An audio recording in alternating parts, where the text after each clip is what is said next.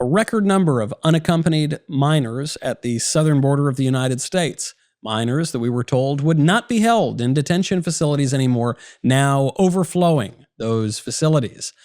A crisis, you might call it, at the border, but the Biden administration would not call it a crisis. We'll get into what's really going on. This is Verdict with Ted Cruz.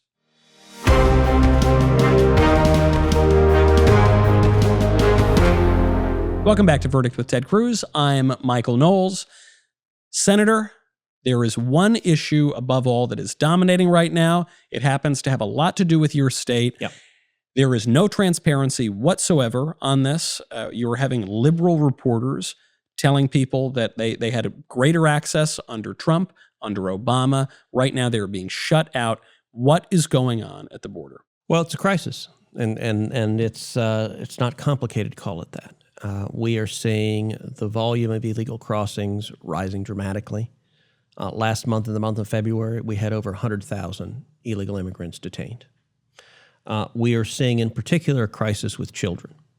We're seeing unaccompanied children, the numbers rising and rising and rising. We're seeing detention facilities that are overcrowded, that are packed, that are at 600-700% capacity. And it keeps getting worse. And there's several things to understand about it. Number one, why it's happening. This is the direct result of a series of decisions the Biden administration has made. So Joe Biden gets elected. He gets sworn in on January 20th.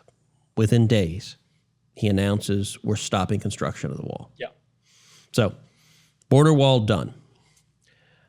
Within days, the Biden administration returns to catch and release. Now, what is catch and release? Catch and release is the policy. It was the policy during the Obama administration, where when an illegal immigrant was caught, they'd be given a court date sometime in the future. Yeah. And let go and said, hey, come to court. And lo and behold, a whole bunch of them never show up. This is not complicated to figure out. One of the most significant things the Trump administration did was end catch and release. But the most important thing that the Biden administration did is they ended the Remain in Mexico policy. Now, what is the Remain in Mexico policy? It was one of the biggest foreign policy and immigration victories of the entire Trump administration. And the Trump administration negotiated a deal with the government of Mexico. So the vast majority of the immigrants crossing illegally into this country are not Mexicans. Right. They're Central Americans now who are crossing through Mexico. So they're illegal immigrants in Mexico crossing Mexico's southern border illegally to get to the United States. But they're largely coming from Guatemala, El Salvador, a couple other countries. Nicaragua, Yeah. and countries that have a lot of violence, that have a lot of criminal activity, that have a lot of poverty. And so they're fleeing that in large numbers. The Remain in Mexico policy was an agreement with Mexico where if these folks come and want to apply for asylum in the United States, they stay in Mexico while the case is proceeding. Right. And what the Biden administration did is it took that really important international agreement and it essentially ripped it up. It said, nope, we don't want them to remain in Mexico. We want them here, and we want to let them go. And that consequence, we are seeing massive numbers of illegal immigrants being released into the United States. And in turn, look, if you're sitting at home in Guatemala and you're trying to decide whether to come, when you see people being released, when you see people getting to stay, that's when you jump in a caravan and head north. Well, you know, there was a liberal journalist, Martha Raddatz, on a liberal network, ABC, interviewed an illegal alien. His face was covered because he's obviously committing a crime. And she said, would you have done this under Trump? He said, no way. I'm doing this because Biden said that basically I would not face any consequences. He said, the primary reason I'm fleeing is my country is no good and it's violent and I want to get out of there. But I would never have done this if not for the Biden administration. Well, what we're seeing is really the mirror image of what we saw in late 2016 and early 2017. When Trump was elected, we saw illegal crossings plummet by 2/3.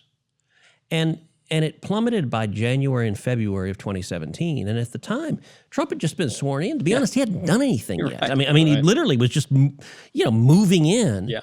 And it is actually an astonishing thing. Think back to the presidential debates, the race of 2015, 2016.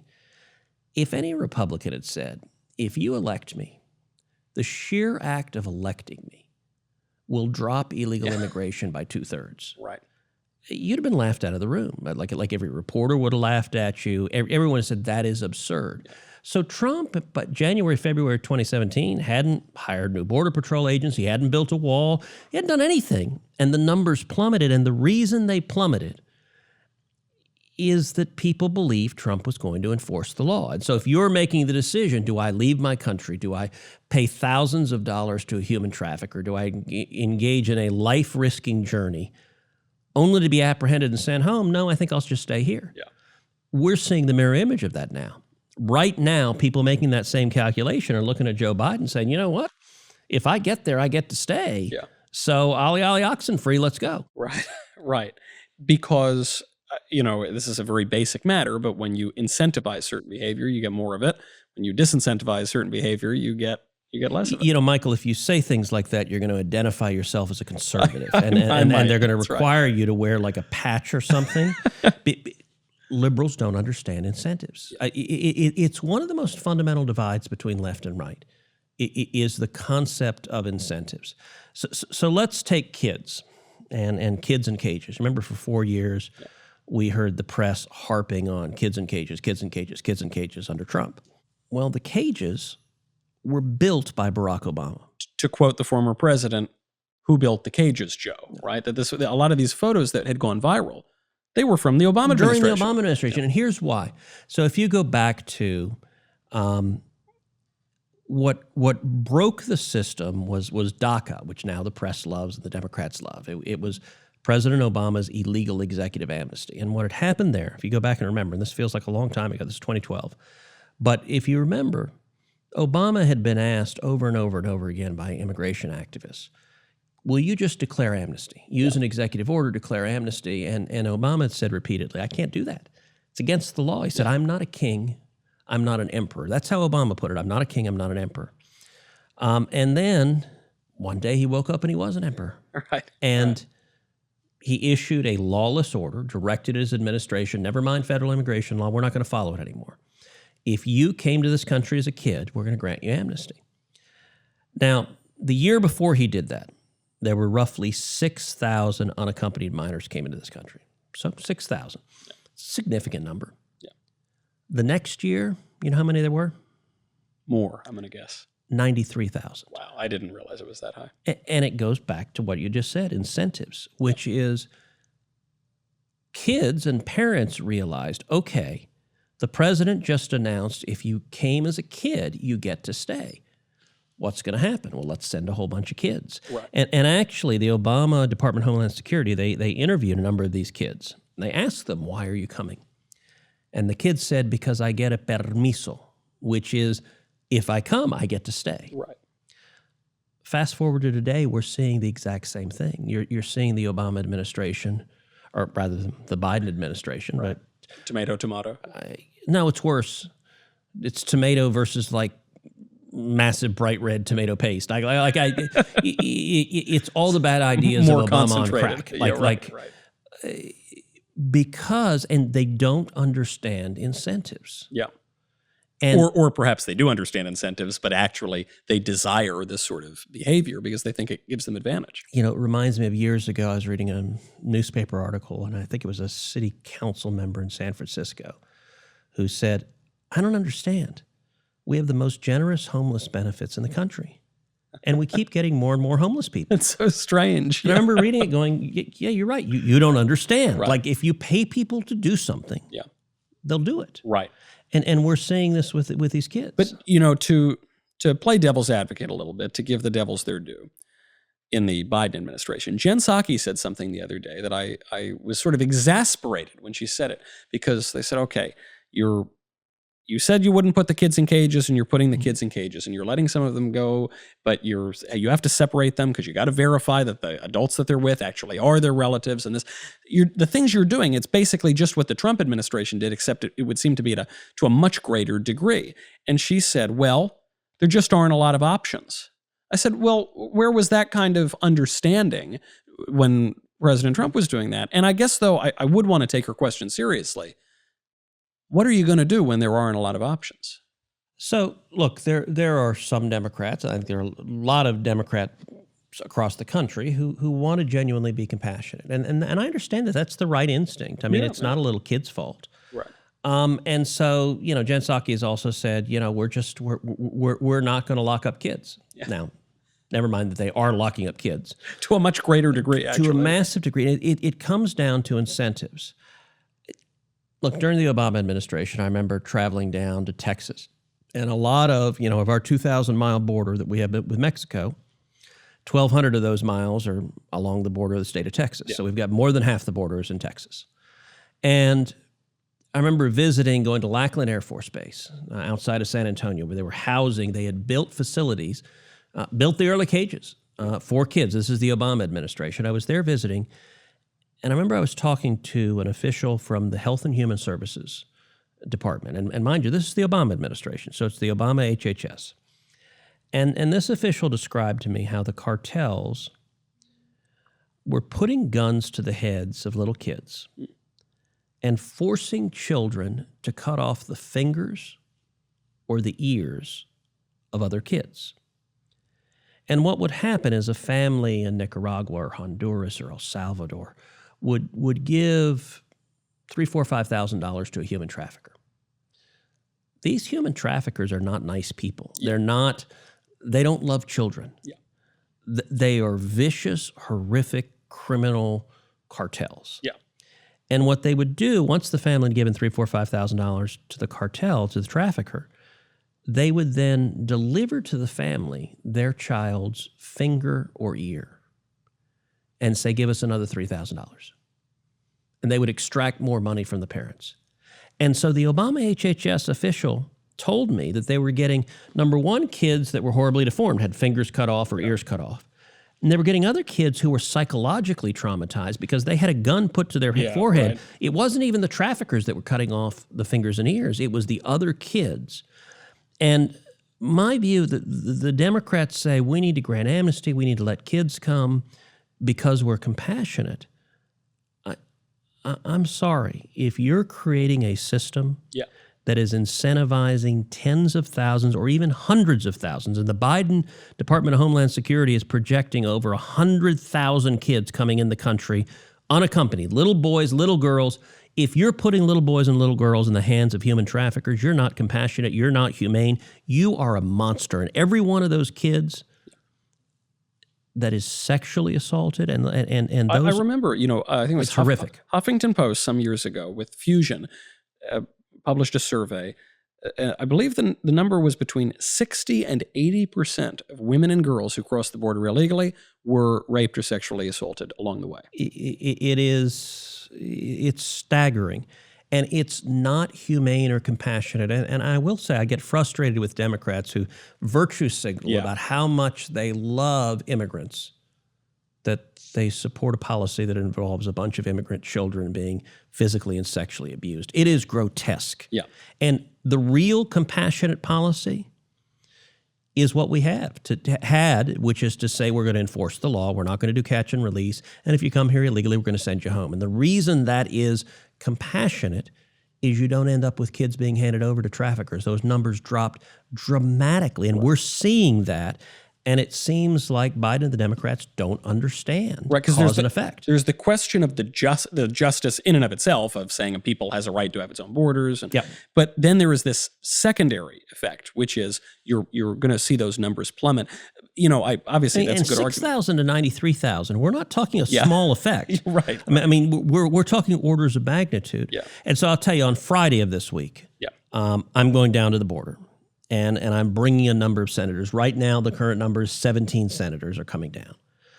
So I invited John Cornyn, my colleague from Texas. I invited the other Republican senators. We've got a total of 17 senators coming down. We're going to go and tour the facilities where they're detaining the kids. We're going to meet with the Border Patrol. We're going to meet with the Border Patrol Union. I know those guys very, very well. Yeah. We're going to go out on a boat with Texas DPS on the Rio Grande.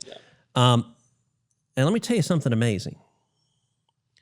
The Biden administration has refused to allow any reporters to attend. This was not true during the Trump administration. You got all that flack from the press.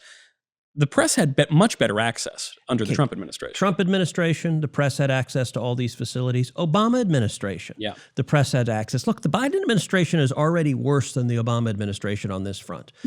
You know the picture of kids in cages that for 4 years was blamed on Trump? Right. That was actually a picture taken during the Obama administration. Right, It's because they actually, Biden promised to have the most transparent administration ever. We sent a letter, and here's the ridiculous justification the Biden administration is doing. They say, well, we'd love to have reporters there, but we can't because of COVID. Oh. So you've got facilities with hundreds of illegal immigrants packed into them at many hundreds of % greater than their capacity. Right. You've got kids almost stacked upon each other. And their view is there's no risk of COVID there. But one reporter, so ABC News wants to embed with us, wants to come. And we invited, and ABC News offered to bring a TV camera and be a pool camera. Now, what is a pool camera? A pool camera is what they call a TV camera that will share its footage with all the other networks. Yeah. So they could literally have one reporter and one cameraman. Yeah. No, that would be a risk. And there is a risk for COVID. And it's such an obvious lie. Yeah. Alejandro Mayorkas, who's the Secretary of Homeland Security, he went on the Sunday shows this weekend, and he repeated the obvious lie. Well, it's just because of COVID. We intend to do it. And look, some of the press is getting agitated. So this week I have been a vigorous defender of the press, which is an odd position for me to be in. This is very strange. I'm biting my tongue on all the great jokes I could make about the press right now because I actually do sort of defend them against the Biden administration. So I actually believe in a free press. I believe in the First Amendment. Right. And what the Biden, if Trump had done what the Biden administration had done, the press would be lighting themselves on fire. Yeah, of course. Instead, they're just shilling for and defending the Trump administration. Let me give you the most absurd part about all of this. So they're releasing thousands upon thousands of illegal immigrants into my home state of Texas. They're setting up detention facilities. Downtown Dallas, the convention center, they're detaining illegal immigrants. Midland, Texas, they're detaining illegal immigrants, much against the wishes of the community. Right. They're releasing them. Here's an amazing stat. In Harlingen, Texas, the illegal immigrants they're releasing are testing positive for COVID-19 at a 7 times greater rate than the U.S. population. I also did not realize it was that severe. All I noticed was that the administration is now admitting that it is releasing people into the United States who have not been illegal aliens who have not been tested for COVID. And you saw the DHS secretary was sort of backed into a corner on this, and he said, well, it is the official policy to test. And they said, right, but are you doing that? Well, we are doing our best, and it's an admission, it's all but an admission, that they are releasing people in the midst of this pandemic where we're not allowed to leave our homes. And they're releasing them in Texas, my home state. Right. And the communities in Texas are not happy about that. And it's one of the things that is frustrating about watching the Biden administration is the absolute hypocrisy on COVID. Yeah. So they're perfectly willing to release illegal immigrants who may be criminals. Yeah. Into Texas, into the United States, even if they may have COVID-19 and not test them. But yet, they won't allow a single reporter with a camera to see anything on the border because that reporter might have COVID. And you know what? I'm willing to bet, even if that reporter tested negative that day and had been vaccinated, they'd still say, no, it's not the COVID risk that they're worried about. It is the risk. We don't want anyone to see the Biden cages. I have to ask you this with regard to being able to go out and do things once we're vaccinated. His Royal Highness, Dr. Anthony Fauci, has come out and suggested that, sure, we all get vaccinated. We're still going to have to wear the masks, socially distance, not gather. Maybe we can have a few friends over for the 4th of July. Senator, we're now on day, 372 of 15 days to slow the spread. When can we return to normal? Come to Texas. You can do it right now. Look, it is asinine and insane. So I've been vaccinated. Members of Congress were offered the vaccine early in January. I actually didn't take it then. There were a number of members of Congress, both Republicans and Democrats, who got the vaccine early and ostentatiously. Yeah. I didn't think it was right. Look, I'm relatively young. I'm healthy. Healthy guy, yeah. I didn't want to cut in line. Yeah. And so my view at the time is I said, we need to wait and let seniors, let frontline workers get the vaccine first, and I don't want to hurry. Ultimately, in the last couple of weeks, I went ahead and got the vaccine. It had been, there had been tens of millions of vaccines administered. Many of the seniors, many of the frontline workers had gotten it. And, I do have, my mom is 86, my dad actually turned 82 today. And so given my parents, I said, and given that I'm out a lot as a senator, I went ahead and got the vaccine. Yep. In the Senate, I think it's the case that all 100 senators have the vaccine. Now, I think Rand Paul may not have gotten it, although Rand had COVID, so he's got the natural immunity from having had it. CDC's guidance today is that people who are vaccinated can gather in small groups. The most asinine thing is senators still gather all wearing masks. And it's just like, okay, wait, this may be the safest place on the planet. Like every person here is all vaccinated, right? But it's a virtue signal, and you get Democrats that are wearing 2 masks, and it's coming. 3, 4, 5. They're just going to walk around with bags on their head. Yes. I mean, and it is,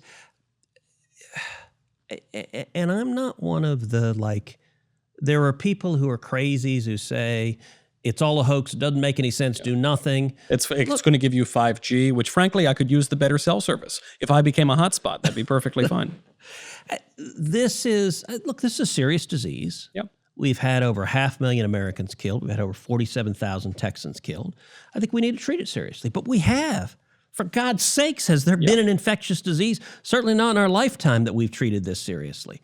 And it has become this irrational zealotry and a means of control. I got to say, if you've had the vaccine, the idea that you must wear a mask forever is idiotic. Yeah, of the course. whole point of getting the vaccine is to go back to normal. Well, this gets back to incentives. If you're going to say, all right, we want you all 300 plus million Americans, you need to all get the vaccine, but also nothing about your life can change once you get the vaccine. It doesn't make any sense. And look, I think a lot of people, there are people on the extremes. There are people that are like, shut down everything and they're terrified to breathe. Yeah. There are people who are like, doesn't matter. Licking doorknobs and things like that, right? Doorknobs are delicious. But most people are somewhere in the middle of like, take reasonable precautions, but let's not be nuts about it. If you look at how this is playing out, those who want government control don't want to let go of it. And I think a lot of people recognize there's an irrationality to it. So, for example, restaurants. Yeah. When Houston opened up, Heidi and I began going out to eat at restaurants. We tried to do it pretty regularly because we want to support the small businesses in our community. And the rules, you're walking along, you got to wear a mask. And I guess the virus is somehow connected to the tension in your thigh muscles. Because under the rules in a restaurant, if you and I stood up, yes, then we'd have to put on a mask. You're dangerous then. But as soon as we sit down, you can take off the mask. No, it's true. And we can be here for 3 hours sitting right here, and there's no risk of the virus. It gets absorbed into your hamstring is what happens. I think it's because your thighs are no longer tense. Or maybe it's an altitude thing. At 3 feet, the virus can't transmit, but at 6 feet, it can. Thinner up there, yeah. Like most people realize, come on, this is crap. Of course. I mean, airplane. So, I flew from Houston to D.C. today. So in the airplane, I got to get on the plane. I'm on the plane. I'm wearing my mask. I got to wear my mask. Yeah. I'm sitting next to someone. They're wearing their mask.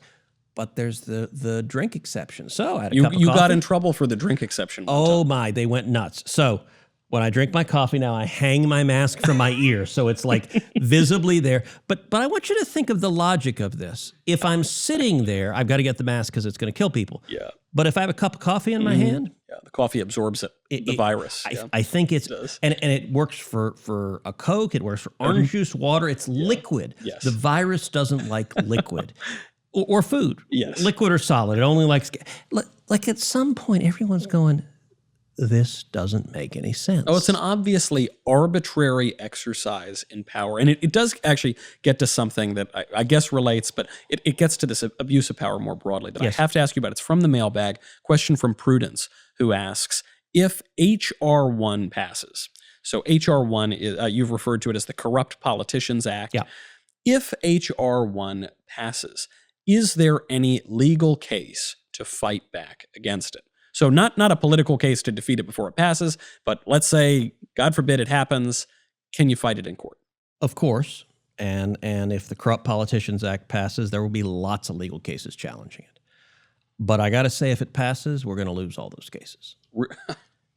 Don't tell me that. I thought we'd end on a high note. Don't count on the courts to save us. And here's why. Yeah.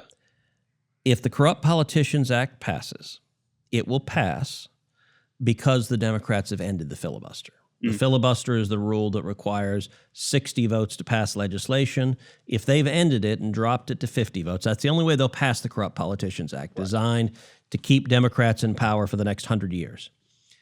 If that happens, they will then add two new states to the Union. They'll add the District of Columbia, they'll add Puerto Rico. That's because Democrats believe they will elect 4 Democratic senators. D.C. clearly will. Puerto Rico might or might not. Republicans, we'd fight for Puerto Rico and try to win.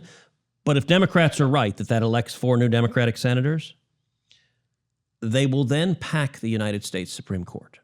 They will add 4 left-wing judicial activists to the Supreme Court, take it from 9 justices to 13. If that happens, the odds are 100.000% that the packed left-wing Supreme Court will uphold the Corrupt Politicians Act because the Democrats will only appoint left-wing activists who will uphold the Corrupt Politicians Act. So the key then, now that you've taken away that hope that we might be able to fight it in court, but I think rightly so, if you have to fight it before it's passed, then that requires keeping the filibuster, and that requires winning over one of the moderate, semi-moderate Democrats. So where we stand right now in the Senate, there are 50 Republicans and 50 Democrats, so it's evenly divided. That means with any tie vote, the Vice President, Kamala Harris, breaks the tie. Of the 50 Democrats, if all of them vote together, they can end the filibuster. They can do what's called the nuclear option. Now, what does that mean? Look, the filibuster is written into the rules of the Senate, that it takes 60 votes to go forward. But the way you exercise the nuclear option is the majority leader, Chuck Schumer, moves to proceed to a bill. You have a vote. The vote is 50-50. Vice President votes yes, and the presiding officer rules that 51 votes, not being 60, you can't proceed to it. Yeah. And in the Senate rules, any senator can appeal the ruling of the chair. So what would happen is Chuck Schumer would appeal the ruling of the chair and would say, the chair just ruled that we need 60 votes to proceed to this. I appeal the ruling of the chair. And if all 50 Democrats vote in favor of the appeal, and if the vice president votes in favor of the appeal, that's 51 votes, you can appeal the ruling of the chair with 51 votes. And under the Senate, that becomes a precedent. So it breaks the rules of the Senate that are written because you have 51 votes to appeal the ruling of the chair. That becomes the new precedent that it no longer takes 60, even though that's what's written in the rules. It takes 51. Of the 50 Democrats, only 2 have suggested that they wouldn't end the filibuster. The 2 who've suggested are Joe Manchin, he's a Democrat from West Virginia, and Kyrsten Sinema, who is a Democrat from Arizona. Right now, both of them are making lots of noise, like we're going to stand up and not end the filibuster. I got to admit, I am very skeptical. Yeah. Let's take Joe Manchin. So Joe was the governor of West Virginia, has been senator. Joe is a very nice, affable, likable guy. He was a college football quarterback. Everybody just like me and you. Yeah, exactly. College football quarterback. You know, we were the geeks in the debate club. He was the star quarterback. Yeah. Exactly the same. Uh-huh. Everybody likes Joe. You can't not like Joe. He just has a personality that is easy and affable. When I first got elected to the Senate, I remember Jim DeMint told me, he said, Ted, Joe Manchin is like a purple unicorn. He will always, always, always be there for you until you need him. I can tell you in 9 years in the Senate, I do not know of a single issue of consequence on which Joe Manchin was the deciding vote. So basically what Joe has done is if Republicans are going to win, if we had 51 votes, he might give you a 52nd. So he might make it bipartisan. But he's not going to be that 51st vote. He has never, on any issue that matters in the 9 years I've served with it, I've never seen him willing to stand up to Chuck Schumer. What about Sinema? She hadn't been there that long. She's only been there a couple of years. I like her. She's very nice. I haven't seen her stand up to Schumer. Yeah. Now, who knows? She hadn't been there long enough that we don't have as long a track history with her. But I don't know what Schumer has, the degree to which Democrats are terrified to cross him. And so here's my concern, is that Sinema caves and Manchin finds a cute game to pretend he didn't cave. It seems like he's already setting that up. So he's talking about the talking filibuster. Now, the talking filibuster is to say, well, any senator can speak as long as they want, but at the end of the talking filibuster, we're going to vote. Yeah. And insisting on the talking filibuster is a way to break the filibuster. Right. By the way, if they insist on a talking filibuster, I'm going to spend some time talking. You have a little bit of a track record on this. I have, I think, the fourth longest in history, 21 hours. Could we do verdict from the Senate floor? They won't let us do that. Drats. But last time I read Green Eggs and Ham, I will tell you, a friend of a very dear friend of mine said, if the Democrats force the talking filibuster, Republicans should stand up and read the Bible from cover to cover. I think many on the other side of the aisle would go screaming out of the room. It actually is a great way to clear Democrats off the floor. But look, we'll see what happens, but insisting on the talking filibuster is frankly a game to say, I haven't ended the filibuster. Right. But at the end, when eventually you collapse and can talk no longer, then you vote and it's 50 and you pass the Corrupt Politicians Act and you pack the Supreme Court and you do lasting structural damage to the country. You know, it would seem to me, you have seen a lot of these things coming, and we've talked about it on the show. You can go back and see the tape. And a lot of them have really come to pass, and they seem closer to passing right now. We're focused on that crisis on the border. It seems to me there is a crisis just as serious, maybe much more serious, with the Corrupt Politicians Act, with other legislation they're trying to force through. By the way, Michael, is there a way for people to subscribe or like this show? Oh, you're talking about this. Well, speaking of crises that we're facing in the private sector here, we're certainly going to be booted off of all the platforms at a certain point. But in the meantime, that's actually a wonderful recommendation. You can subscribe at Apple Podcasts, Google Play, Stitcher, YouTube, any and every social platform that will still have us to Verdict. We also really appreciate it when you leave a 5-star review. Can they give 6? You can try. It will not be successful, okay, but don't you can roll try. Up. Don't turn it into 1 because you think that's like 5 plus 1. No, you've got it. I would say, just to be safe, maybe go with the 5. And thank you to everybody who has been listening. And we're going to keep bringing this to you. Even I hate to admit that I didn't know all of this going in. And by the way, we had a big announcement last show. Oh, are you referring to what happens once they do boot us off of these social platforms? We will be taking Verdict on the road. We will be doing a wonderful partnership with the Young America's Foundation, now being run by Governor Scott Walker. We will be coming to 6 campuses around the country, but we have not yet decided which campuses we will be going to. So we already did one event in Miami. That was a ton of fun. We have 6 live events that are going to be going on over the next year. Please submit either to mailbag@verdictpodcast.com or, just tweet one of us which schools you believe that we should go to. We would appreciate that while you subscribe. By the way, some people have written into me, I'm not kidding, Senator, they subscribe and then for some reason they're unsubscribed. And they don't keep doing it again. Keep doing it again Screw and again. The big tech overlords and don't let them unsubscribe. Absolutely. We will see you next time. I'm Michael Knowles. This is Verdict with Ted Cruz.